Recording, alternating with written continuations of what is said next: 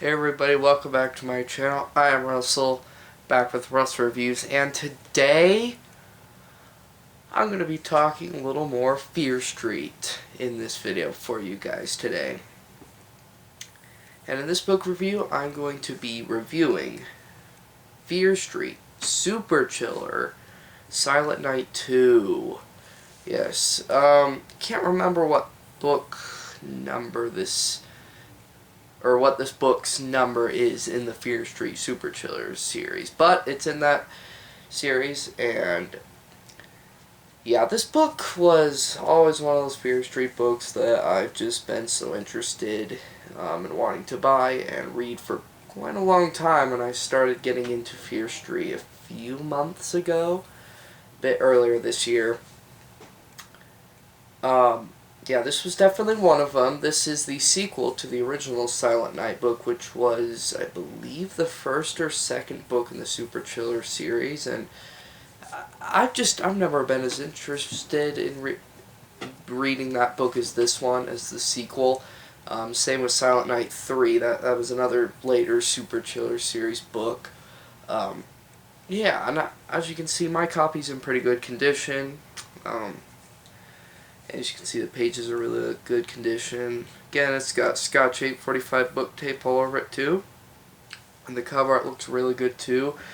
Yeah, as you can see, there's a little bit of damage to the spine. It's it's kind of like bent in the middle, because I got this like in a lot with two other books off of eBay, two other Super Chiller series books, which I did an unboxing of this one and those other two for my channel, I think either today or yesterday. It wasn't too long ago, so check that video out too.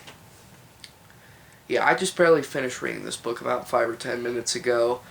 Yeah, this is also a, let's see here, 5th printing.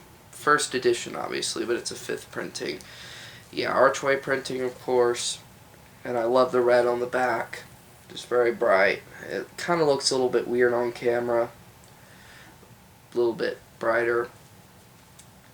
Yeah, Silent Night 2. Again, great cover art. However, it's a misleading cover art, unfortunately enough.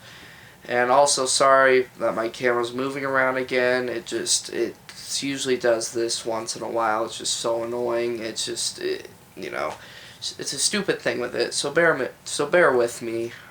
Hopefully, you'll still enjoy this review with that stupid thing going on with the camera anyways. Yeah, the cover is a lie, but I do like that you have a Santa right here, trying to kidnap Reva Dalby, or Dalby right here. And yes, I have talked to a lot of people who absolutely hate Reva Dalby in all three of the Fear Street, or in all of the Silent Night books. A lot of people say she is one of the most, if not the most, absolutely worst, and just, yeah, worst, hated, disliked Fear Street characters that Stein ever made in Fear Street history. Yeah, some people also said that she was worse in this book, that she's worse in this book than the original. I obviously haven't read the original, so I don't know for sure, and I also haven't read Silent Night 3. I think if I'm thinking right, I think some have also mentioned that Reva is even worse in Silent Night 3. But I don't think she was too bad in this book, honestly. Did I love her? No. Only until the end. The ending of this book was probably my favorite, well, one of my favorite parts in this book was the very ending. Or near the ending, that part. It's just so fast-paced, suspenseful, all that good stuff. Yeah, but near the beginning of the book, coming in towards the middle, Reva just was absolutely a jerk, acted like a jerk, and just all that crap. Yeah.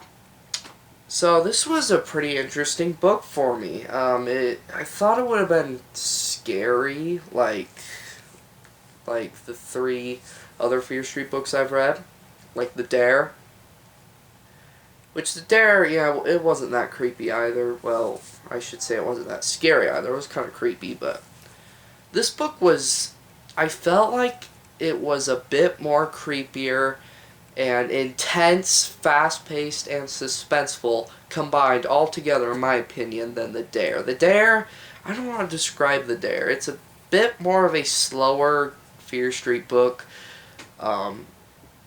Yeah, things just kind of start off a little bit more slower in that book than this book because, like, you have a very shocking first chapter in this book that is very usually uncommon, I'm pretty sure, in most other Fear Street books, and this is one of the very few that has that. Yeah, first chapter of this book is very shocking because, first chapter tells you, like, right from the beginning, right from the front, who the actual villains and bad guys, antagonists, and kidnapper characters are in this book.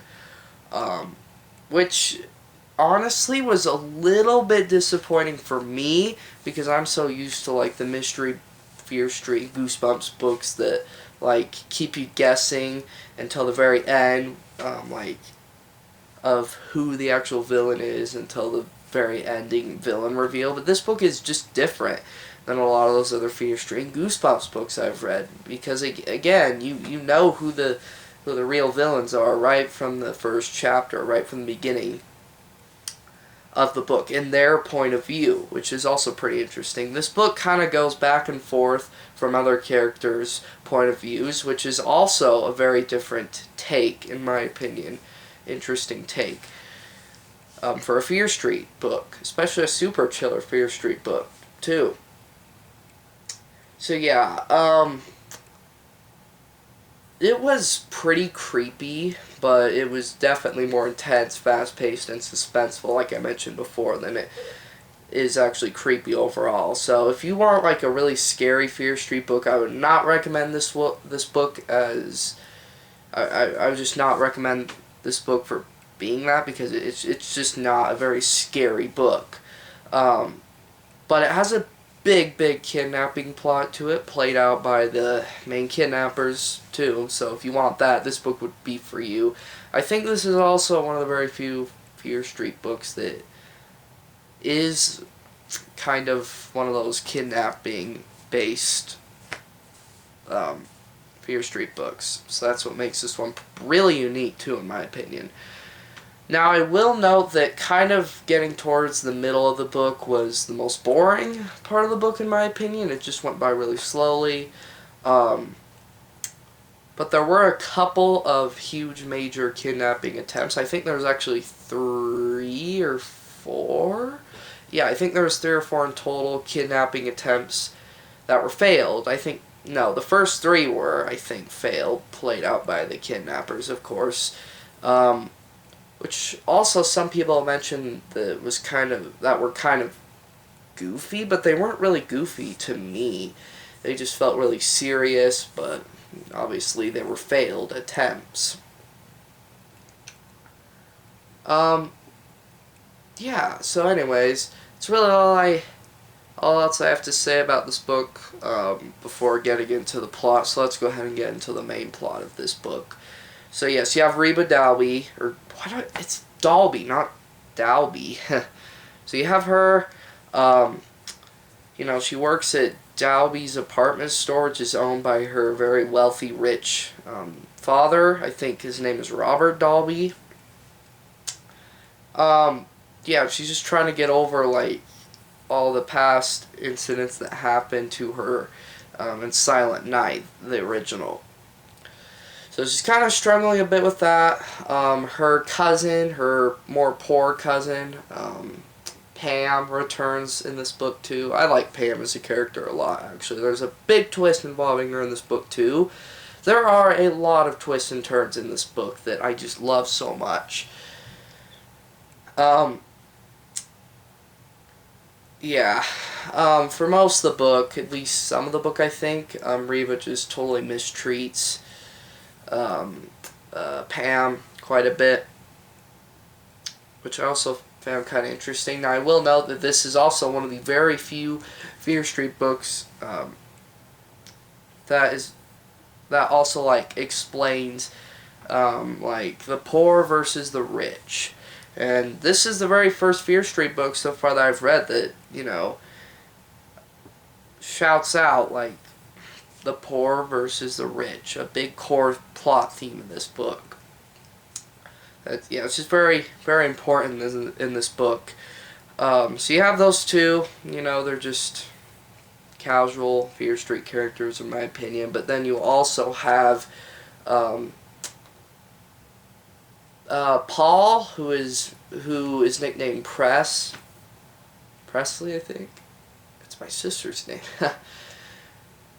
So he's nicknamed Press for short, and his best friend Diane. Yeah, Press and Diane. And then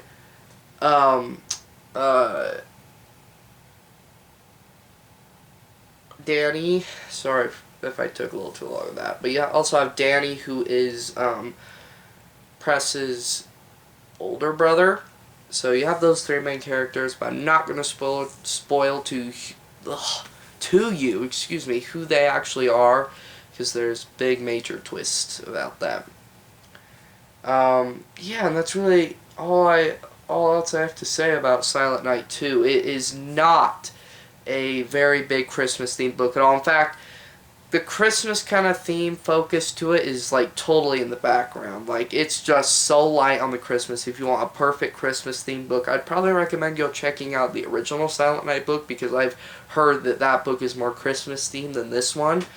Yeah, also the best friend, even though it has a Christmas tree and like the original cover art of it in the background, that book is also very light on the Christmas, much more lighter on the Christmas than this one, in fact. And I like this one a lot more than Best Friend too, interesting enough. So yeah, just lots of twists and turns. This is one of the more intense Fear Street books in the series, or in the Super Chiller lineup, so I keep that in mind. It is a very, very intense Fear Street book. And there were some parts that really shocked me, and really got to me quite a bit. So, yeah, it's just big thing to point out coming into this book as a younger teen like me, but yeah, that's really all I have to say about this book. If I had to rate it out of a 5-star basis, I'd give it a really solid middle of the road 2.5 or 2.5 out of 5 stars. Now, that was the same rating that I ranked Goosebumps Go Eat Worms,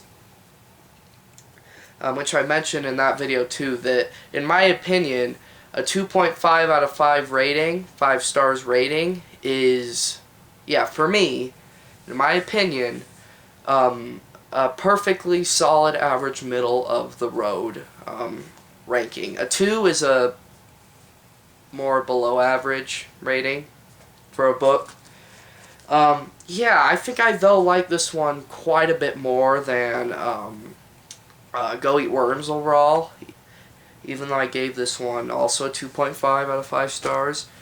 But it was not bad. It was really good. I really liked it. I think I still liked it though or did I already say that? Anyways, I also didn't think that it quite earned a 3 out of 5 stars. I just didn't think it was quite as good to earn that ranking. It definitely wasn't the best Fear Street book I've ever read. It certainly wasn't bad, and it certainly wasn't like perfect. And it certainly, yeah, again, isn't one of my favorite Fear Street books ever. But yeah, so anyways, that's gonna do it for this book review video for you guys today. Let me know your thoughts down below for Silent Night 2. Let me know what you think of it. Comment down below. Again, yeah, I already said that, yeah. Subscribe down below, and I'll see you in my next videos. Take care.